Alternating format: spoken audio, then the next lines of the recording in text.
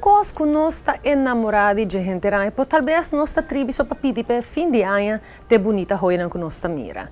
Marca que sempre a capturar a atenção e o coração de ser feminino, agora trove da de spotlight. Para Kiko, são os turqueare.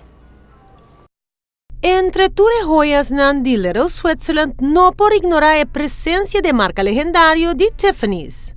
Tiffany é uma marca clássica, é iconic, mas na inglês. É uma marca que tem for de 1837, que é para o desenho a começar. É eigenlijk uma marca que ora você pensa, você vai regalar uma pessoa joias, então pareja, você pensa automaticamente Tiffany.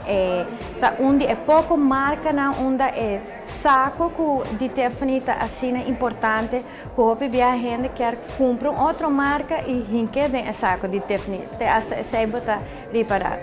Na presença de história também está marcada de mais forma que Toda película não filmar rond de boutique de Tiffany, boutique clássico Breakfast at Tiffany, que por certo está uma atividade que nós gostamos de celebrar também é diferente boutique de Tiffany com Little Switzerland, tem dor de Caribe. E as 5 boutiques aqui sempre está al tanto de coleção mais nova.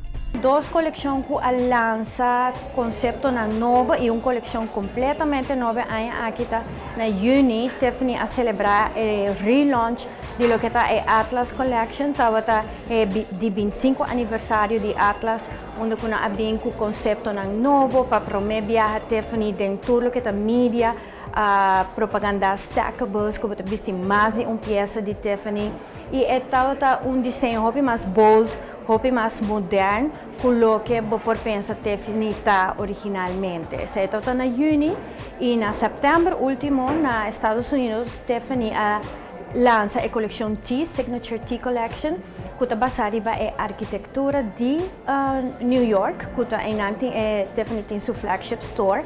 Já na outubro, o resto do mundo será conhecido com ele.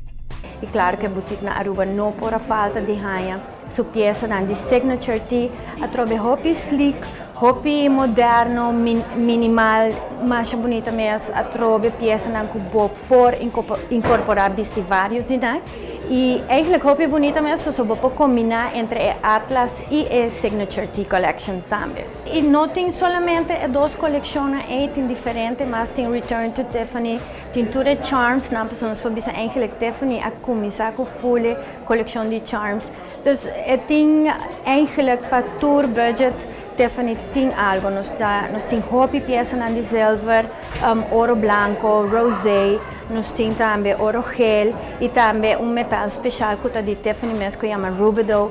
Então, botawaku tem dentro linha, dentro preço classe e para tour smack também tem Tiffany clássico. Moda.